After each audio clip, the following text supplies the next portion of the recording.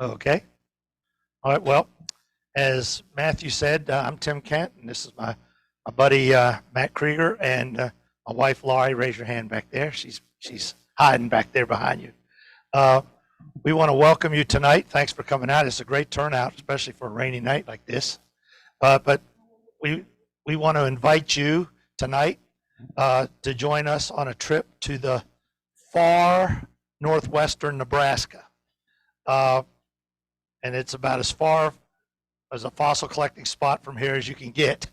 It's out in the middle of nowhere, and we want to welcome you to join us tonight. So we have some video to show. We also have some slides, and we have fossils to show you that we've collected. I myself and Laurie have been out to Nebraska. We've been out there twice. Matt's been out there once, and 2 years ago in 2022 in May. And Laurie and I first went out there in 2020 in October. It's if you'd like to go there sometime, it's a mere 27 hours drive from here. Just a hop, skip, and a jump, okay? But it was worth it. We enjoyed it so much the first time. We were telling Matt about it. He got excited. He wanted to go. And so we went 2 years ago, and most of the experiences we're going to share tonight are from that trip, the last one. But we'll talk about the others in case you want to make a fossil collecting trip, because it's very, very unique. So let's get started.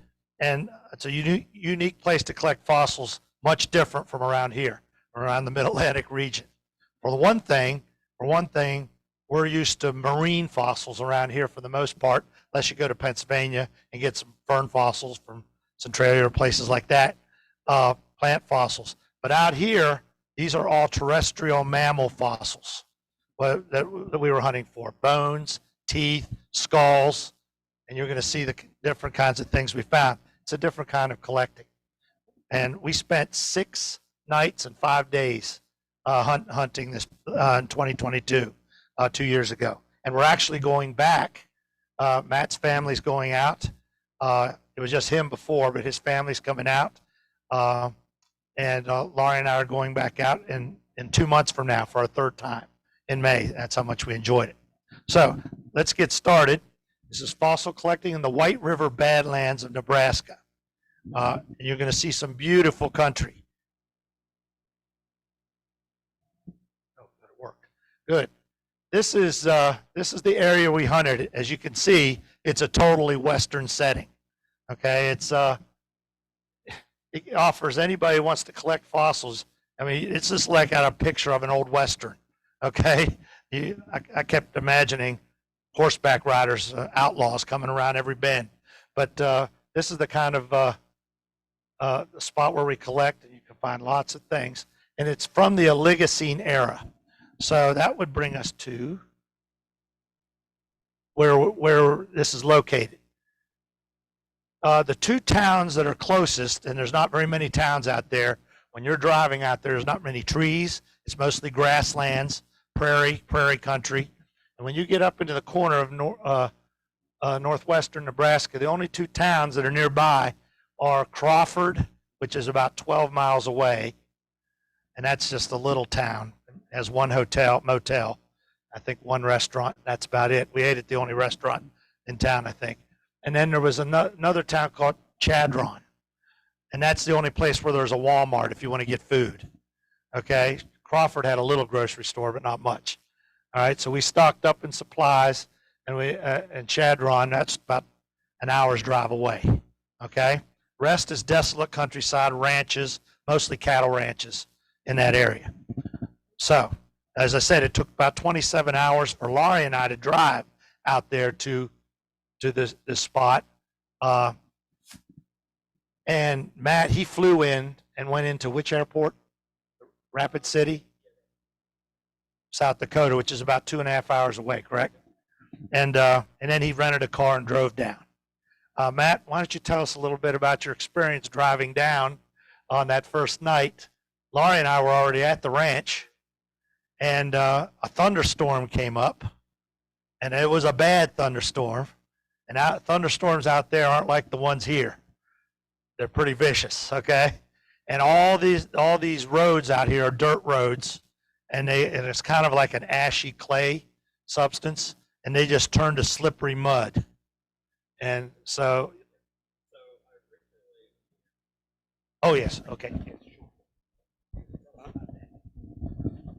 All right, so originally I was going to rent a car, and Tim's like, well, I don't know, that's a good idea if it rains. All the roads are made of this ash, right? So anyway, I decide, okay, I'll get a Suburban or something like this, and I start heading down the road. I get to Nebraska, and it's downpouring at this point. And this poor old lady pulls off, and she's flagging me down, and I'm in Nebraska. I don't know where in the world I am. She doesn't know where she is. She's almost out of gas, and she's asking me where's the closest gas station. I'm like, ma'am, I have no idea. I'm from Maryland. I don't know where I am. I have a full tank. I know where I'm headed to. No cell reception, so I really couldn't help her. We had like a little map, and I'm like, well, maybe the next town around the corner. So this is all during the downpour, another 2 hours of downpour. I finally get to the road the ranch is on. Well, that road is about 20 miles. Their ranch is right in the middle. So I'm like, well, GPS is taking me the closest route, which really was the furthest route. Because that route, even though it's prairie and it looks pretty level, it's kind of an incline. And the whole time, the Suburban is just sliding all over. I see myself going into a ditch, being stranded. So being on that road for 12 miles to get to the place took over an hour and a half because I had to go like 5 to 10 miles an hour. It was forever. I'm calling him. I'm like, I'm almost there, I think. And like an hour later, I said, I think I'm almost there. So if you go out there, get a vehicle, 4-wheel drive. Don't go with a car like I originally was going to do, because I would have been stranded, and that would have been terrible. Because you'd have to come out and pick me up in a thunderstorm. All right, there you go. That's the way it started, okay? When we first got there. Now, let's move on to the next one. This is, if you ever go that way, here's where you can, 2 places we know of where you can collect White River Badlands fossils. The place we stayed at this last time was called our Heritage Guest Ranch, which, like I said, was about 12 miles northwest of Crawford, Nebraska. And if you want to, there is a website for this ranch. If you want to check it on a Facebook page, you can go to the Facebook page. It's an actual working ranch, I think like 3,000 acres at least, maybe at least. I know she has over 300 cattle and horses on the property. The lady's name, real nice lady, and her husband, Gene Norman, she runs the ranch. And she will actually let you stay on the ranch. She has this place here called the Cabin House available that you can rent out for the week. And we stayed for, like I said, 6 nights, 5 days. And then we stayed at this cabin house, and they also have apartments they set up called loft apartments in like actually in the barn. They renovated the barn. Okay, so they have other apartments you can stay right on site, which is good because the closest motel is Crawford, and it's not much. It's like 12 miles away, which 12 miles out there takes on the dirt roads takes a lot longer to get to than it would around here. So we stayed there, enjoyed ourselves immensely. The other place you could go to, and this is where Laurie and I went 4 years ago in 2020, we went with a group called Mid-Atlantic Fossil and Nature Adventures.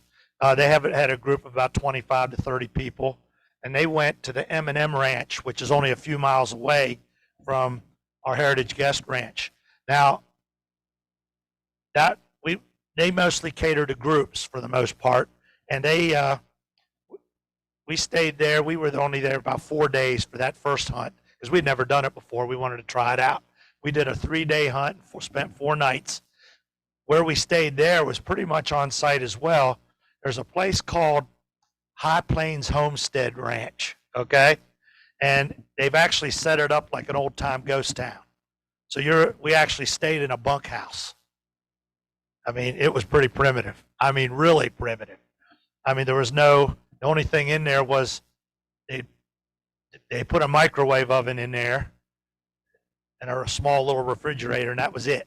I mean, you had to bring in all your food in for the week, you know, how long you were going to be there from Chadron somewhere or Crawford if you got it. But anyway, we enjoyed that as well. That was our first experience. If you go to M&M Ranch, their website, I just checked this the other day. They still will take people in there to that ranch. That's a good sized ranch as well. And it has Badlands fossils. We found quite a few there. But they cater more to groups. And I think their minimum group is like 9 people, you know, for a group. And just to give you an idea of cost, I just looked the other day on the web. It was like $1,400, you know. And that doesn't include your lodging, okay? So for the week, for like a 5-day hunt. They will do private digs, but since they want to do groups there, those are cost a little bit more, like $500 a day. So if you can get a group together, that would work for that. But at our Heritage Guest Ranch, we found that it was much more conducive because there was only 3 of us, and we went there. We had no problems going there. We recommend the Guest Ranch highly. We had a good time. Let's keep moving here. Here we go. So the area we're talking about was an Oligocene era landscape. It's classified as being from anywhere from 37 to 23 million years ago. It's terrestrial, and it was characterized by a subtropical climate. You know, nowadays it's all grassland out there, but back then it had been tropical and it was starting to dry out. So you're seeing a lot of this picture kind of shows what it was like. There's some trees, shrubs. They don't have the broadleaf tropical plants so much more. You're getting the plants were getting more narrow leaf varieties, and they had a lot of marshes and things like that. But it was starting to dry out to the grasslands we have today. So a lot of mammals were part of this area, and a lot of mammals that we have today were a part of this Oligocene era as well, with some notable exceptions. Watch this.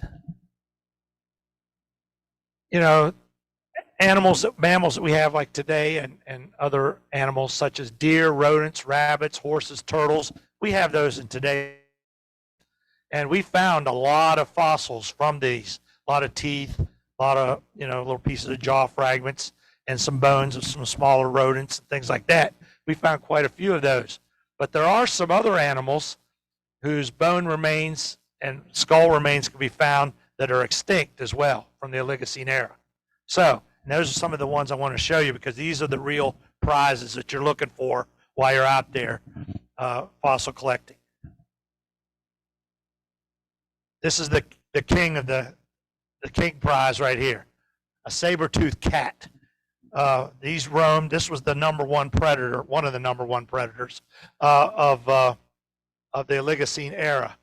And we actually know the guy that runs Mel of the M&M Ranch. He actually has found 2 of these skeletons of saber-toothed cats on that property. I found a whole skeleton of a whole one, and he's also found the skull with the teeth. Okay, before, so they're there.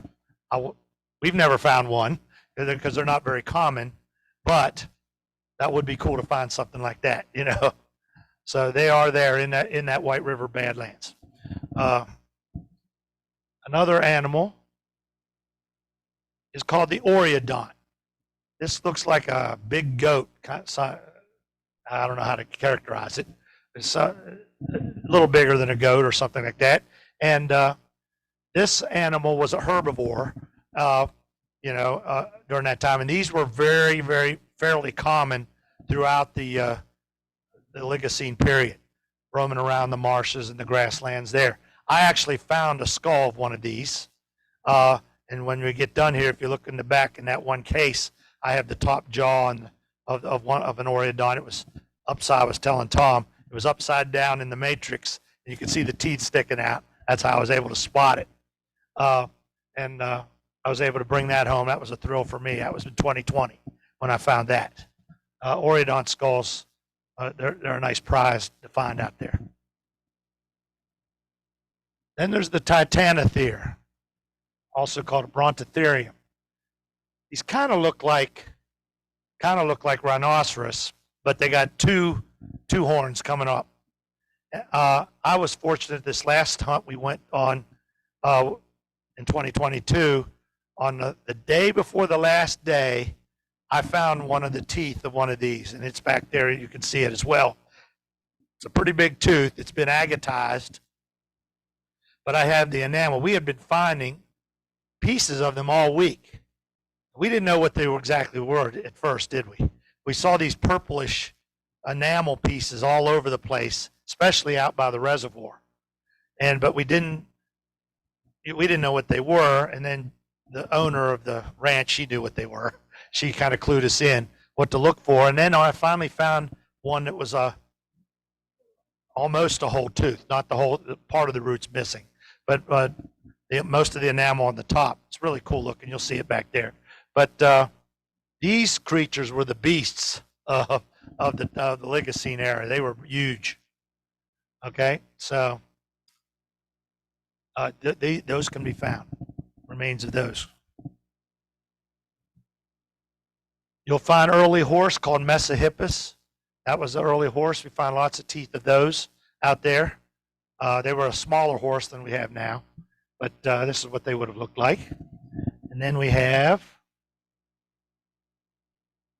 if I can pronounce it right, Subhyracodon, the hornless rhinoceros. Believe it or not, we had rhinoceros here in the Americas at this time. This was a hornless variety. It was Matt actually found a tooth of one of these, and it's back there on the table as well. You'll see it. And then, of course, there's the land tortoise, Stylemus nebrasinus, which are extremely, extremely common out there. The first thing you'll find when you go to the White River Badlands is pieces of shell turtle everywhere, strewn all over the place. These turtles must have been there by the thousands. And at one time, they believe there was a volcano kind of covered them in ash. And so they must have been buried at one time, because we find remains of the turtles all over the place out there. And but unfortunately, they're not in very good shape most of the time. But once you find those turtle remains, you know you're in the right spot. You don't have to find other things. Let me show you what happens to the turtles. Oops, I'm sorry. We'll come back to turtles in a bit. But there's also camels. Camel teeth. We found some camel teeth out there as well. So, animals we don't normally think of around here in the Americas. Well, they had them back there in the Oligocene. So, here are the formations. The two formations that are represented in the White River Badlands are mainly the Chadron Formation right here, and right where he's pointing, and the Brule Formation, which is above it, which has a more pinkish, you see, reddish color. That's the younger formation, okay? But they kind of have a contact zone between them, as you can see. And all of these animals I just described are found in both formations. However, except for the one difference is the titanothere, which was only in the Chadron Formation. Okay, then it went extinct, okay? Lots of oreodonts in the Brule Formation, and some in the Chadron Formation as well. But that's what it looks like. Notice the Chadron Formation is more of a grayish ash color, okay, when you're out there. Let's see. Here are some of the most common fossils found. We found lots of little jaw fragments. You'll see a bunch we found back there. They're kind of fun to pick up and find, of different animals and mammals, small mammals, rodents, things like that too. You find lots of gastropods. You'll see they're kind of whitish looking. We have a bunch in the case back there. We found that when you found the gastropods, you usually found teeth nearby too. So that was a good kind of like index fossil to help us find others once we started finding those. But the most important thing is the turtle shell remains. Now, if you look at this turtle here, this isn't one we found, but Laurie and I back at the M&M Ranch 4 years ago I saw one very similar to this, but we couldn't get it out of the ground. I could see the outline of it. I couldn't get it out because as soon as you touched it with your digging tool, it just fell apart, you know. The reason is because any of these turtle shells that have been exposed to the air, I mean, they got some bad winters out there in Nebraska, and they get blizzards and stuff. They get a lot of wind going through the canyons out there in the Badlands. And any place they have, place where the shell is exposed, it just destroys it. Gene called them exploding turtles. So you have exploding turtles, they just kind of bust apart into 100 pieces. And you see this one's in the process of doing that right here. But look at the one we saw in one of the gullies of the Badlands right there. That one over there, that's one turtle. That's all that's remains of it, okay? But you could say it's all the pieces of that turtle. I guess if you wanted to glue 1,000 pieces together and try to figure out, that would be quite a project. But if you wanted to save all those pieces, you could put the turtle back together, maybe. That looks like a daunting task, though. Not worth it. We found lots of pieces like that. As a matter of fact, when you leave here today, we've got lots of turtle fossil pieces. You could go and take a piece for yourself in the back. Those are from Stylemus nebrasinus. So feel free to take one as a souvenir before you leave. Here's another example. Check this one out. I saw this one right on the side of the wall, about head height. You can see where the turtle used to be. See where the shell, it kind of looks like a flattened oval shape. That was a whole turtle at one time, but it's not anymore. And look at this one over here. That was a big turtle, and it's exploded into 100 pieces or more. But the trick is when you're hunting for those type of remains, if you can find some of those turtles that are just barely peeking out of the matrix, they're the ones that are still intact because they haven't been exposed to the elements. And Matt's going to be talking about that a little bit later. Matt, you have anything to add so far?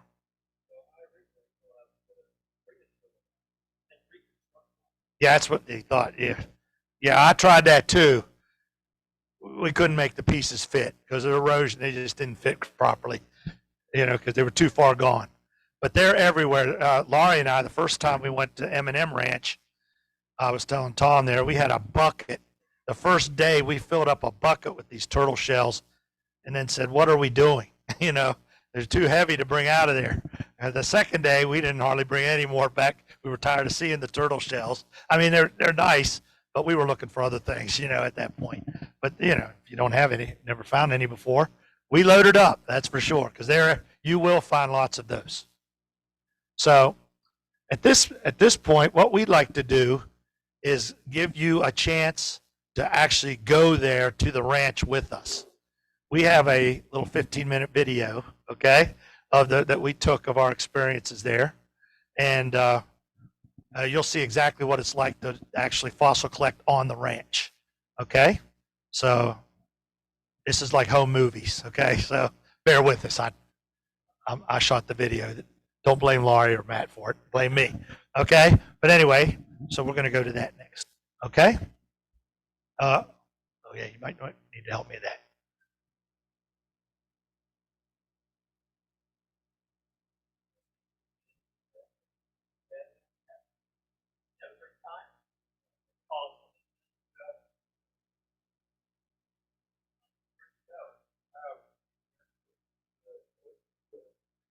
Oh, okay.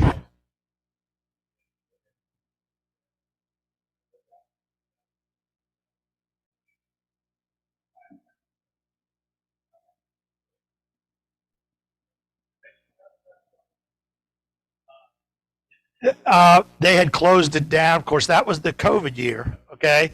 So they didn't have it. I'm not sure if they have it open up again. They told us when we went there, you know, we went on the short 4-day trip, and then there was a 5-day trip, and some of them were staying longer. They told us to get everything in coolers to bring in, you know, at Chadron, you know, from the Walmart there, that's what we lived on. Laurie and I lived on TV dinners there for about 3 nights in a row. It was primitive.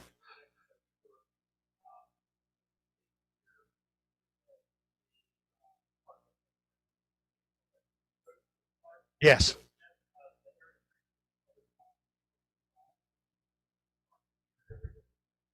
Yeah, and we should say something about that. When you go fossil collecting out there, Gene took great pains to show us where the boundaries were of the property, because the government property is all around there, okay? And if you get caught on the government property collecting, you're in big trouble, okay? You know, yes, exactly. And they don't want you hunting on their property. But, this is a private ranch we were on. And same with M&M ranches. They go to great pains to spell out where the boundary markers are. So you got to be paying attention to where you're going. In fact, right in the middle of her property, there was a section that the government had kind of claimed or whatever, because they had found something important there. They had it fenced off. You couldn't get in there. Obviously, there was something good there to find. But anyway, the government had gotten that piece of it. But she still owns her ranch, okay? And she's not letting it go. She's very proud of her ranch out there, okay? So, yes. And it covers a lot of the Badlands. But there's 2 sections, as you'll see in the video. There's a section up with the Badlands are, and there's a section where there's a reservoir area where it's one of flatter areas. We found different things there. Some things the same, some different. It was very interesting, okay? So, any other questions before we go on? All right. Yes.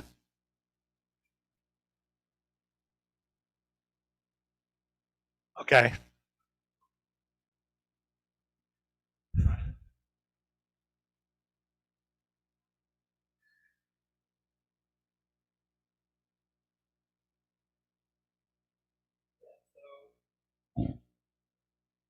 Oh, yes. The question was about preserving, salvaging the tortoises that are out there. And by the way, some of them are small, and some of them, as you're going to see, are really big.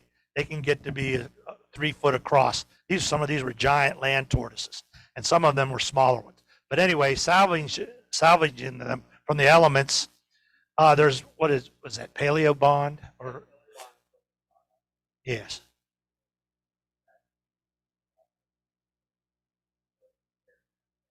Right.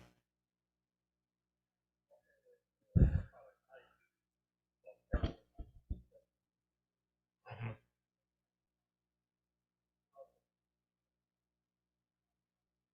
Yes.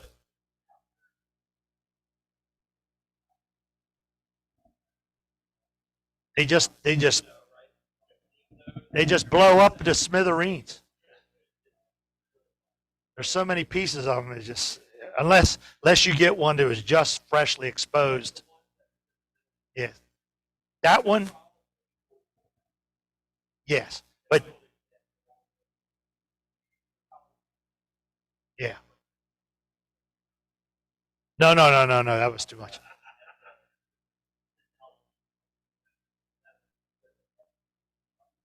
I was frustrated. I have a piece back there that I put together of about. I saw more of it there, but I was frustrated as soon as I tried to get it out of the side of the wall of the matrix. There, it was falling apart in my hands. I was able to save that much of it and paleo bond it together. Okay, but it was bigger originally until I got it back to the house. You just couldn't save it. Okay. Yes.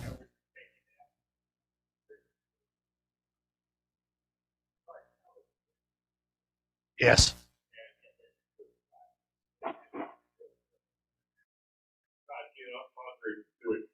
Boom, it just goes by.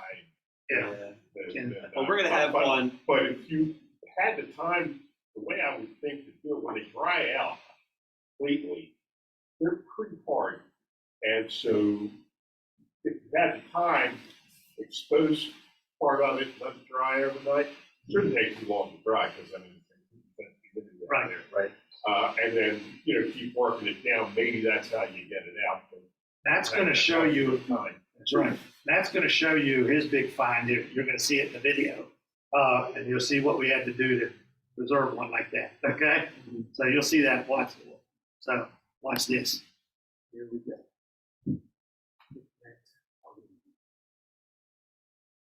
This was the cabin house we stayed in. It was nice. Western style, of course. Every night we laid out our finds on the coffee table there. Check how we were doing. It was good to see the furnishings haven't changed in one. No, they're still the same. And remember, this is the first day after the rain. So it was a mud field. It's our first day adventure. Here at the Guest Ranch. Matt Kreager is all over the road. Muddy road. We had heavy rain last night. Heading up the path. We're running side by side. We're negotiating the trail to the Fossil Formation.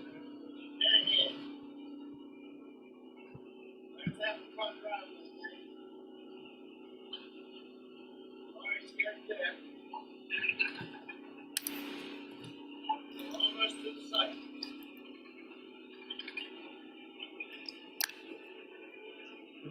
She gave us use of side by sides while we were there, which was really nice. This was all her property. This is where we did our hunting, most of our hunting. That's Jean Norman. She runs the ranch. That's where I get that.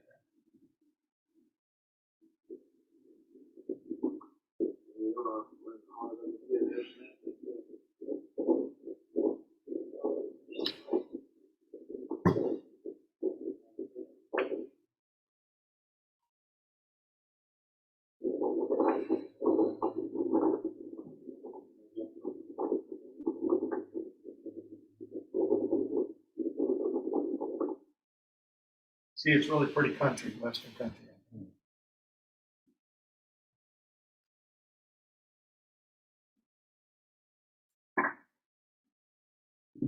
We don't recommend going there in the middle of July or August. Mhm. We went in May or October. Those are good months. It's cooler. There's also scorpions and mountain lions around too.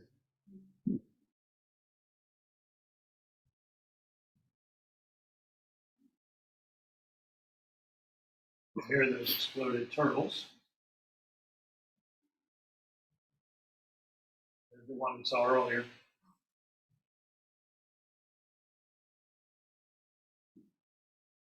The other one.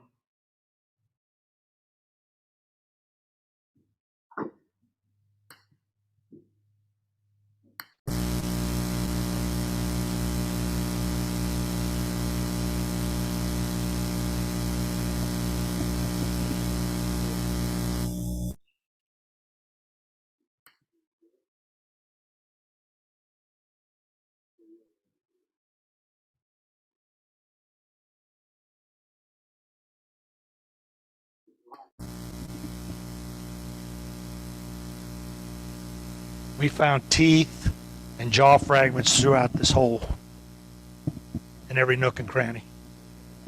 Just in the surface, yeah. A lot of time.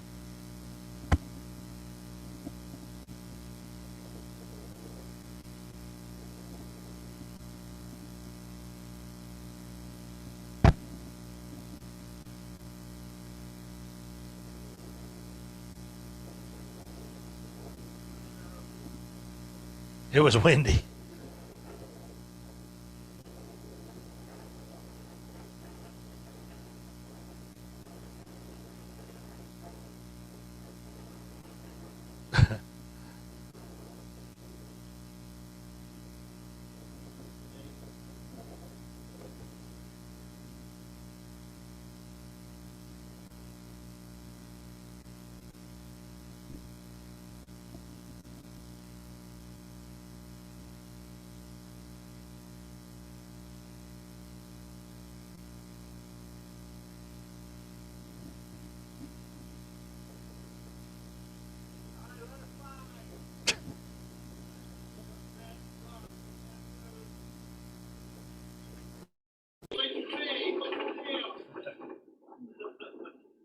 we had to close gates so the cows couldn't get through. That was the one stipulation. She let us go anywhere we want on the ranch as long as we closed all the gates. This was at the reservoir. See, it's more flatter area out in the prairie. These mounds, we found a lot of titanotheres teeth here.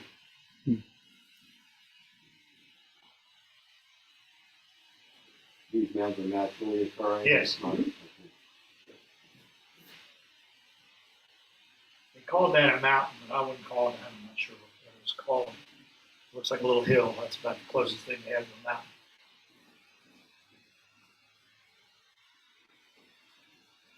It was in here where I found my titanothera tooth in that area. There's some, every night we would take our finds and lay them out on the table. Just each day, we found lots of bones. There's some snail, gastropods.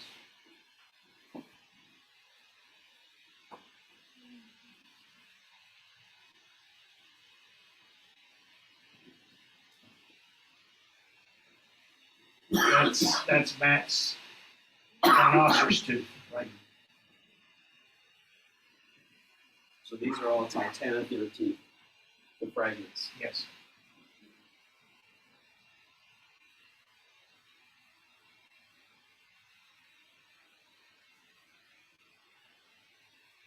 It's a little, probably a rodent skull I found. I didn't know it was a skull at first, but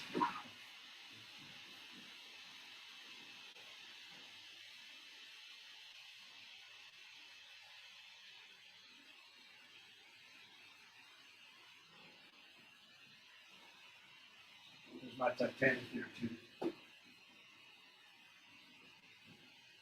A weird looking animal. Yes, it was.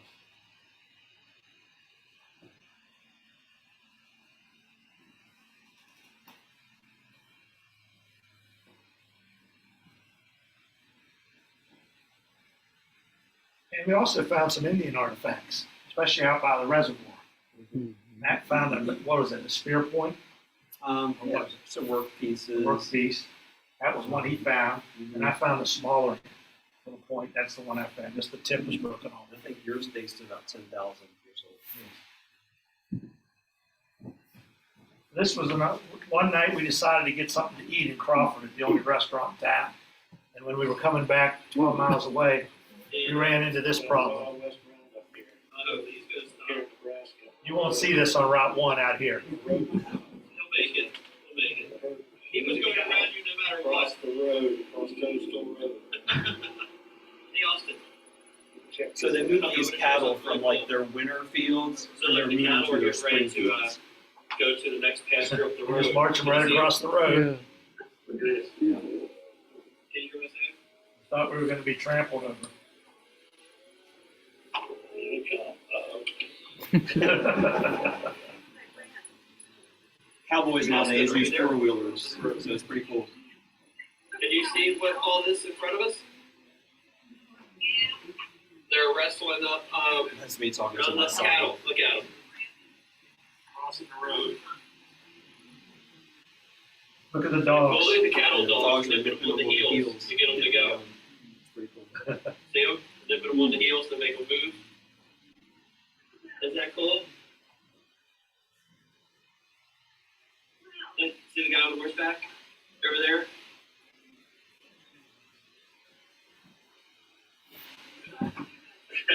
That's cool. There you go. What you think? Is that neat? Now this was Matt's big discovery on the last day. I was all proud of the fact that I'd found a titanothera tooth, but he beat me big time on the last day.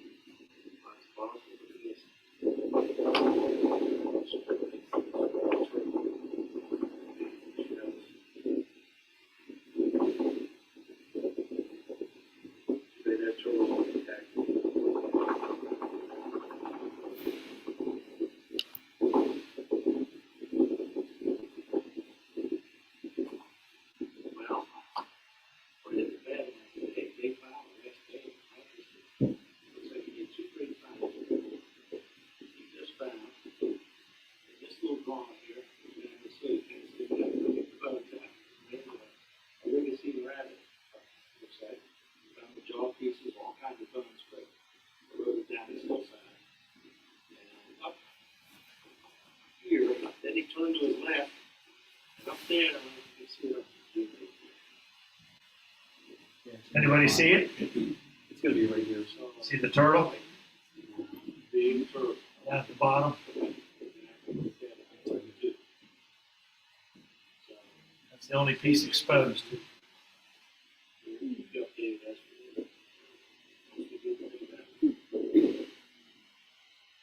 That's what it looks like. So that probably just became exposed that winter, because if not, it probably would have been like the exploded turtles. And I'm uncovering a little bit now. Check it out.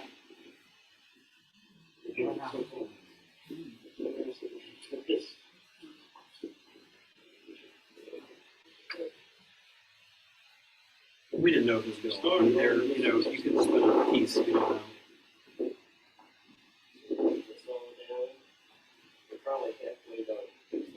We weren't halfway done. We weren't even close to that. Keep you updated. So is that the preferred method to do that dry? Yes. Yeah. Yep. You don't ever wet it? and try to No. Make it easier? How hard is that making? I had to pound it out with. Once you get below that top crusty layer, it's pretty dense underneath there. Yeah. Yep. It took us 4 hours to dig this thing out. Yeah. There it is. Okay. So it's 20 inches by 17. So it's this big. Top of the turtle shell fully exposed now. Oh. The whole bottom's It there had the whole too. bottom. Yep. We don't have that video. I have that. But we have a picture of it on the Yeah. section on the bottom. Is it still in the matrix there? It is, yes. Work there, Matt. You do most of it.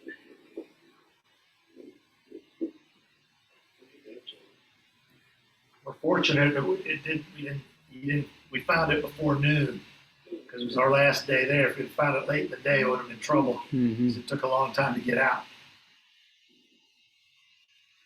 You had to raise your place and everything. Yeah, that's right. Yeah, we're gonna leave that one behind. Okay, once we plaster it, the next issue is we gotta get it up this hill. Up there. And then straight over. You get it over to the grass up there, there's the flat prairie at the top of the ridge. You get it up there, road free. That's the problem. And after plastering, it was an easy 100 pounds. It was heavy. So Laurie helped us. She brought her quilt or blanket, and we used it like a hammock to get it up out of there.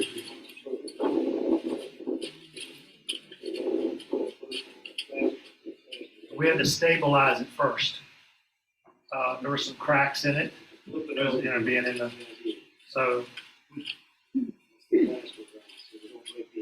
we had watched our videos to find out how to do this procedure here. Those parts are really fragile. Fortunately, we had some aluminum foil, not enough. It was from our sandwiches. We were using that foil. That's right. We didn't expect to find anything this large. Not that big, It was no. something small. We had our plaster. So it's still attached at the bottom at this point? It is. Yes. Mhm. So we're stabilizing the top, then we'll dig it out and then flip it over fast. We didn't know what was going to happen when that happened. Like he mentioned back there, the whole bottom can just come out. But we were fortunate, it was totally intact.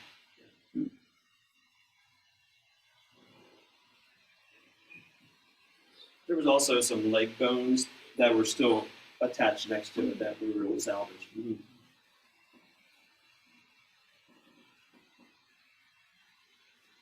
And there it is, flipped over. You don't have the video Yeah, I of don't us have flipping that. it. I have those, but Yes. the bottom is there. You'll see the So- bottom. So when you pulled it out, you could see the plaster was intact? Yes. Yeah. Oh, yeah. Mhm. And this is at the end. Laurie loved the horses. That horse liked her. This is timely with the mammoth exhibit you have here. On the last day, an hour away is the mammoth site, which is just an hour north. Laurie and I drove up there on our way back home. They found a spot where in the 1970s, were they were doing a housing development. They stumbled upon all these mammoth bones. They think it was like a sinkhole in a lake where the mammoths all drowned, like 60 of them, some of them. They found over 120 tusks and other bones. So they decided to forget the housing development. They just built a building over top of it. They're still digging there. So it was pretty cool to see. So that was a neat thing to see, just an hour up the road from the ranch we're stopping. Okay? Yep. So that's the video, the whole movies, okay? Now at this time, back to the brand new albums there. Matt's gonna talk to you about what he had to do to get his turtle, his tortoise, what we had to do to get it from the matrix there all the way back here to Maryland, and how he prepped it and everything. It'll take a few minutes to do that. So, yes. Yeah, that is the next one, next slide. Okay.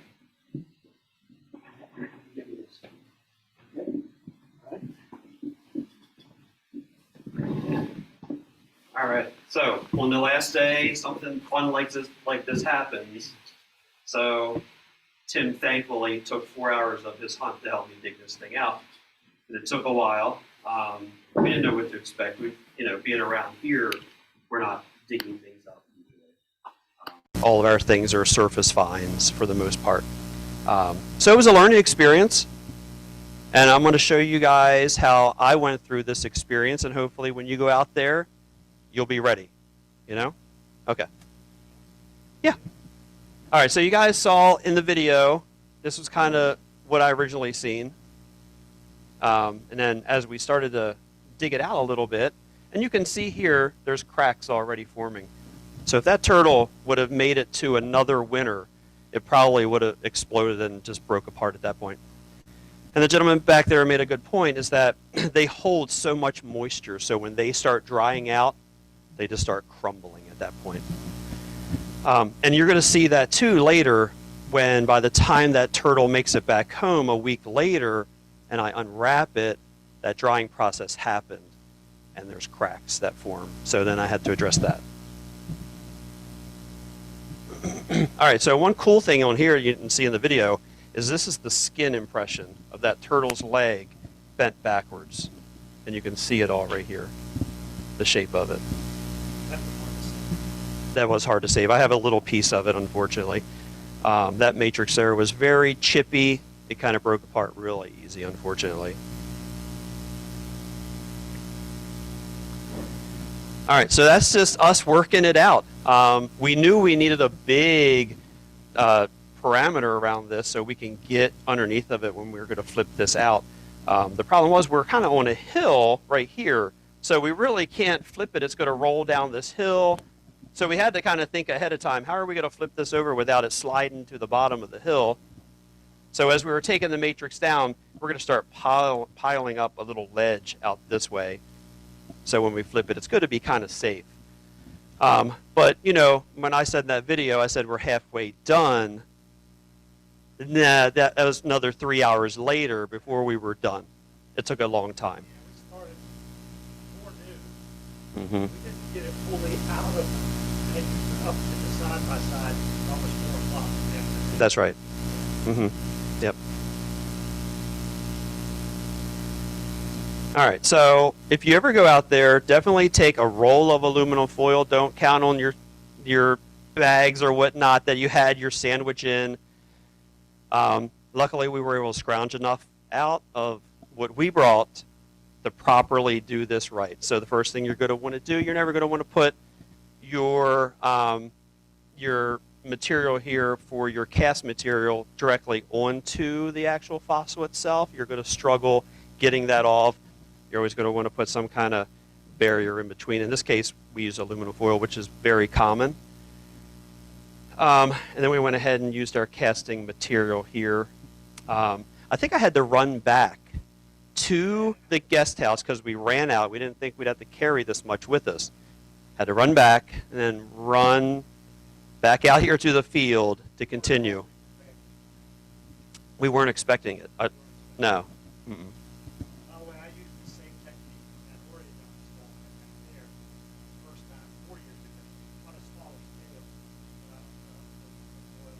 Right. So you had enough with a sandwich to do that oreodont skull. Yeah. Right. Exactly. Yep.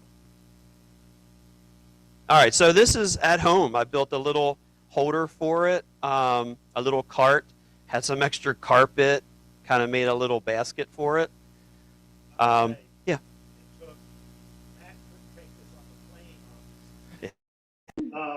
This turtle. So Laurie and I drove it back. We put it in blankets. We managed to get it back in Nebraska. And we got it back home. And he came down and picked it up once he got back home. That's right. That's like 1,700 miles. Yeah. Something like that. Yeah. It's the fastest that turtle's ever gone. That's right. By the way, that reminds me of a joke. Oh. Why did the turtle cross the road? I don't know. To get to the Shell station. Oh boy. Here we go. I got another one. All right. What do you get when you cross a porcupine with a tortoise? A slow poke. Get it? Yeah. We get it. I think they want more. No. All right, I'll let you go. All right. So what I did was cut the cast material off, and hey, there's the aluminum foil still in place. So this right here is the bottom of the shell, and you can see here you're starting to get some cracks, and this all formed because of that drying process. Unfortunately, there's nothing we could have done about that. But we were happy the whole thing is intact. It's all here. This is great. I think there was one little chip right here. We did get some leg bones out of here as well, which was fantastic. So the next thing up is I had a bunch of Paleobond, and I was going to start fixing up all these cracks on the bottom because I knew in my house, this thing, as heavy as it was, I'm not going to be flipping it over if I did the top first. So I knew I was going to start on the bottom at that point. Yeah, that's right. All right, so the top of the shell here had damage that was done pre-fossilization. So right here on the top, you can see this indentation with all this jaggedness going on, but it's fossilized back over. So, you know, could this been a killing blow for this turtle? I don't know. Yeah, it's really cool that when you see it, to have this defect on the top end. Just bit it. Oh, yeah. That's probably what happened. We'll go with it.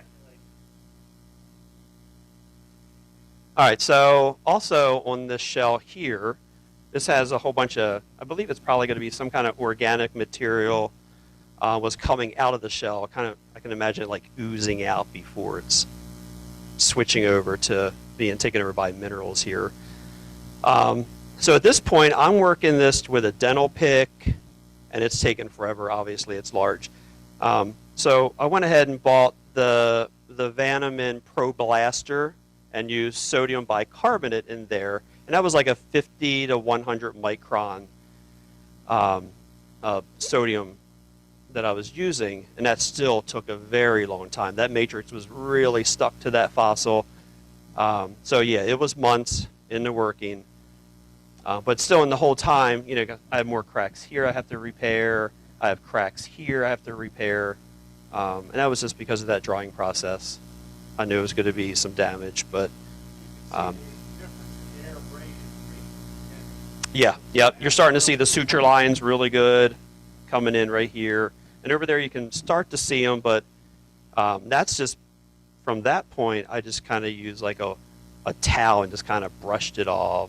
Got in there with the dental pick because I knew I was going to fix all these cracks. But you can see the difference. You know, you can start to see the detail. Okay.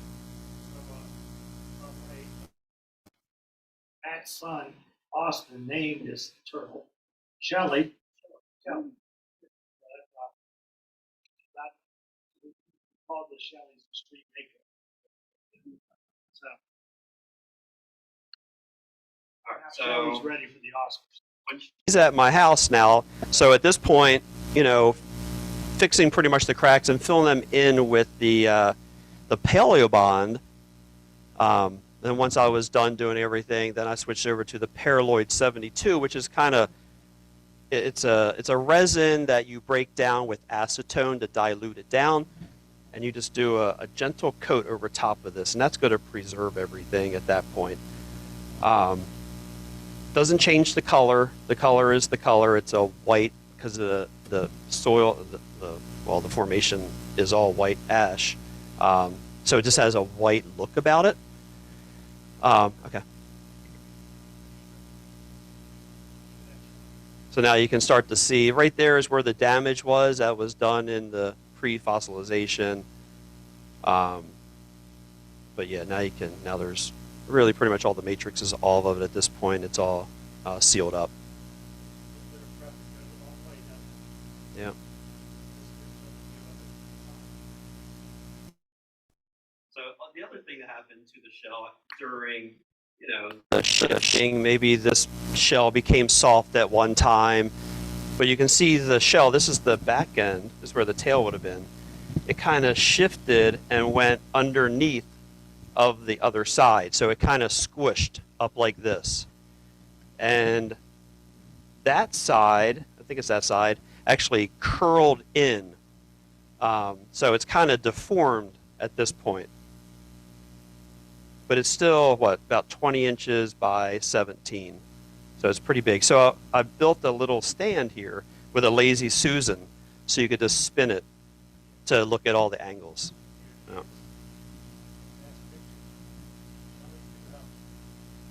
Ah, there it is. Here, Mm-hmm. If you ever get a chance, you got to go. It's really fun out there. But just take enough supplies. We could also use we just had little hand diggers, tools. We could have used something with a pick in it to help dig it out. We know better for next time. Yeah. We're actually going back in 2 months in May. So we hope to do as well or better. Well, we're going to be the first group there. We'll be the first ones there since the spring thaw. So very exciting. We're excited about that. Mm-hmm. On May 8th. For like 5 days hunting. 5 days hunting, 6 nights. Yeah. Anybody have any questions for us? So most of what you're doing is walking around? Yes. Looking at the surface? Mm-hmm. Yeah, trying to looking between the cracks and things like that. You look for that brown enamel of the teeth and jaw fragment. Usually, hopefully they're attached to jaw fragments too. And you're also looking for stuff, corners like sticking out of the matrix on the side. That's when you start to do the real digging, if you find something like that. Oh, yeah. Yes. Exactly. Now, I did find smaller turtles, but unfortunately the weather got to them, and they were missing the top and stuff like that. So there's lots of, they're tortoises, not turtles. But these are tortoises, and the common ones are the larger size. The smaller ones are the harder ones to find. But as you saw, most of the large ones, if they come out too early and nobody's there to collect them, they're done within a year probably. Unfortunately. Matt, did you hear about the tortoise that wrote his own self-help book? Oh, no. It was on the New York Times best sheller list. Oh, yeah. That's how we're going to close it? Yeah, that's how we're going to close it.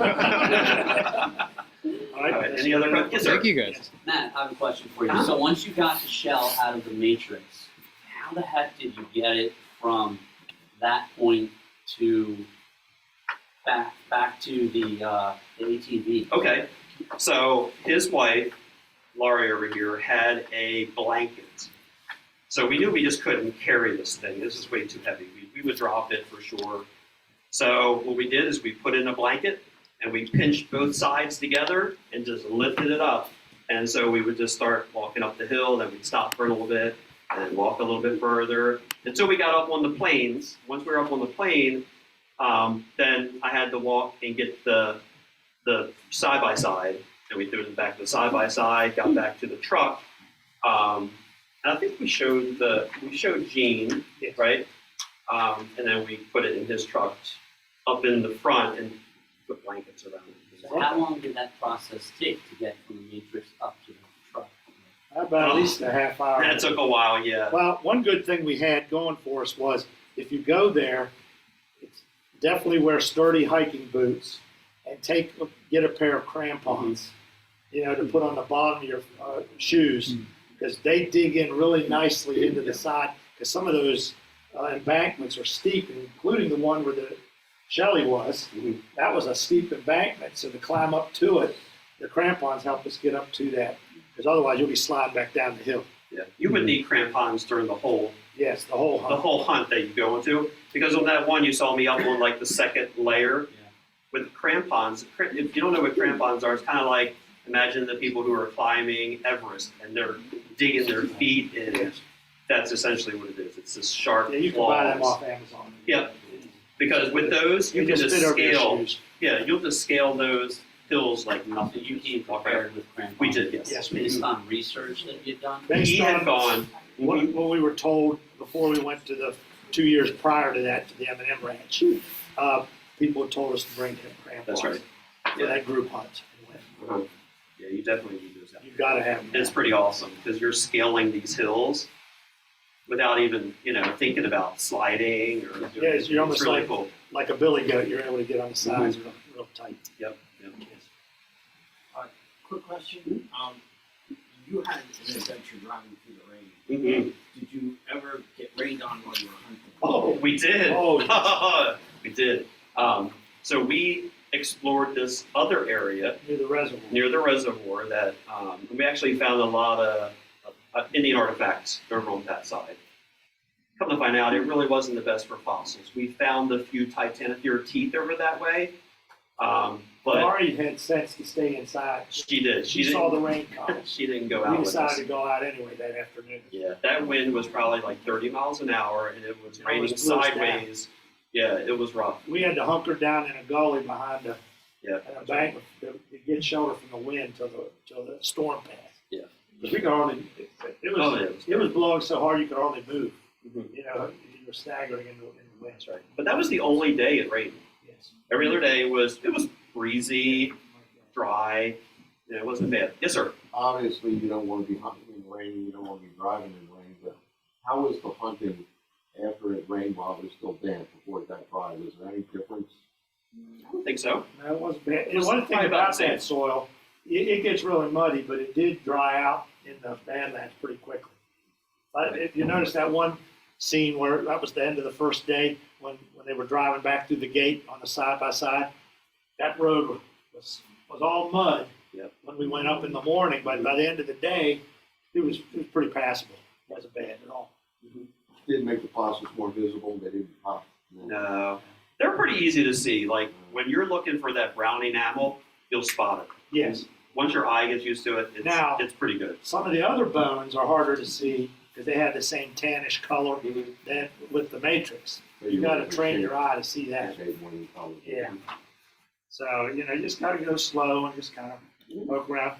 It's not hard hunting. It's just kind of tedious. You got to keep, Right, you're Go going slow. up hills, Up and down, down, looking in climbing up, down, crevices. Yeah, it's crevices and tedious. stuff. I mean, I'm sure we went by things, Yeah, I'm sure we. but this So is is what there it any is. particular layer in what you're looking at right there? Or just fossils scattered throughout? So on this one, we were kind of finding them on the lower level here Yes. that had already eroded down.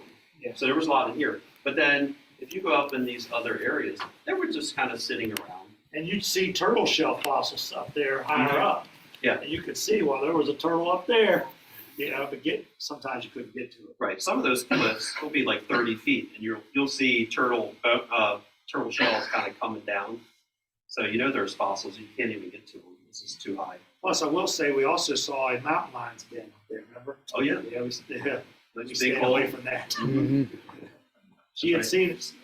Jean had seen them on the property, and it actually killed one of her cows. Yeah. Oh, well. The previous winter. So, now watch. So on that species of books that you found, does the glass on the front indicate the sex of the animal for sure? It's a good question. I'm not sure on that one. Something that we have to investigate. I don't know. Yeah. I'm not sure. But, you see, the cool thing about this whole spot was there's a whole variety of mammals you could find there. I mean, between lots of different things. It's not just the turtle, not just the oreodonts. It's all Well, they call it the age of the mammals. age of the mammals there. So yes, there's a lot of things you can find. You don't know what's coming up next. And of course, somebody somewhere will find that saber-toothed cat. It wasn't us, but somebody will find another one. Maybe this year. They're out there. Who knows? Yeah. You know? Yeah. Now, our friend at another ranch did find a long bone to titanotheres. Yes. That was at M&M. That was a big bone. That too. was a very She big bone. found a very big. Yeah. Yep. Yes. So they're there. And so the one area that we showed kind of looked like a flatter area. That's where we were finding a lot of our titanotheres pieces. But the whole matrix was different than this matrix. Like over there, it was there was a lot of calcite around. It looked like it was almost in a stream bed, the way it was kind of laid out. Totally different than this environment. So it's kind of, we changed it up. Yes. You know, this year we're going to change it up even more. We have a better game plan. Yes. First time we didn't know the ranch. Now we know the ranch, so now we kind of know what we need to do. Right. Now, one thing I should mention is when you go out west, we were talking about this before the meeting started. A lot of places you go, what's frustrating if you want to fossil collect out west is most places will not let you keep what you find. You know, I mean, especially everybody wants to find a T-Rex tooth, you know, a dinosaur tooth. There are places, we're not that far from Wyoming and the Hells Creek Formation, where they find a lot of dinosaur remains and things. Anybody seen that show Dino Hunters? Wasn't on too long ago. I mean, they're out there finding those things. Problem is, most of those places are done by universities, and they'll let you come and actually help them hunt, but they won't let you keep what you find. Or if they do let you keep a few little things, if you find something any good, you have to pay for what you just found. Okay? One nice thing about hunting here in the Oligocene, White River Badlands, the two places I just mentioned, you keep everything you find. Yes, you're paying for the opportunity to hunt there, but they don't try to take your finds away from you after you did all the hard work. So that's a nice thing. So you can come back with a nice collection of fossils that you found yourself, and you don't have to worry about whether it's legal to hunt there, or you don't have to worry about whether you have to give some of it up or anything like that. So. Any more questions? Yes, sir. It was nice, you drove the park and you started finding fossils. Why did you stop there? Or was there What do you mean? in the Like middle what? of the area, or was it a specific Um, indication that this was a good place to? I don't know. We just Well, kind of. we listened to what Gene was telling us, the owner of the ranch. She said they found stuff over there. In fact, where he found that turtle, that used to be called Turtle Canyon. She used to call it Turtle Canyon. So we knew there were turtles back there at one time. So sure enough, Matt found one. And we found other remains of those other turtles back there. Once we started seeing turtle remains, we knew this is a good spot to slow down and start looking around. Yeah. So a little local knowledge. Yeah, that helped. Yeah, She did always help us. does. Sure does.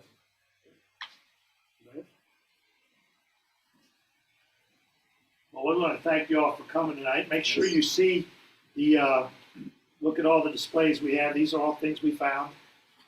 Portion in the back. of things, Portion right? of things. We got a lot more. Matt couldn't bring his turtle. It was too big and heavy. He wanted to, but Yeah, no. What is it that was just- turtle weigh? It was about after prep. It's probably like 75 pounds. It was pretty big. Yeah, it's big. So And there's pieces of turtle shells you guys can take home with you. yes, take whatever you want there. We have tons of Yep. it. Okay. Oh my gosh, yeah. I already told my son this year. I was like, I'm not bringing home any little pieces of turtle shell. Oh my goodness. If you don't have any, But if you don't have it, take one. Yeah, okay. exactly. Yeah, There you go. Try it. See if it works. All Awesome. Thank you, Well, guys. thank you. right, guys. Thank you all so much. Appreciate it. Please be so kind as to sign in on the sign-in sheet if you haven't done so yet. Thank you. you were in.